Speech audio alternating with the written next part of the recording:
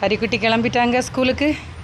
இப்போ தாங்க ட்ரெஸ்ஸெல்லாம் மாற்றி விட்டேன். இன்றைக்கி சொதப்பிட்டேன். ஒரு நாள் ஒழுங்காக போவான், ஒரு நாள் சொதப்புவான்.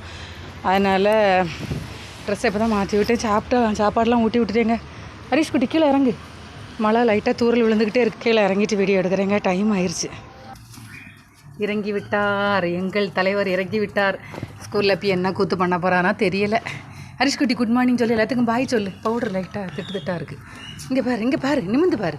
எல்லாத்துக்கும் பாய் சொல்லு. வேன் வரட்டும், அதுக்கப்புறம் போய்க்கலாம். ஹரிஷ் அப்பா கீழே இறங்கி வந்துட்டாங்க. அங்கே நிற்க சொன்னதுக்கு நிற்க மாட்டேன்ட்டு கேட்டு திறந்துட்டு வெளில வந்துட்டான். இங்கே பேர் அவனுக்கு வெளில வந்தால் நிற்கணும், மழையில் நனையதுக்காக. ஆள் யார்? இங்கே பேர் வேன் வருகா.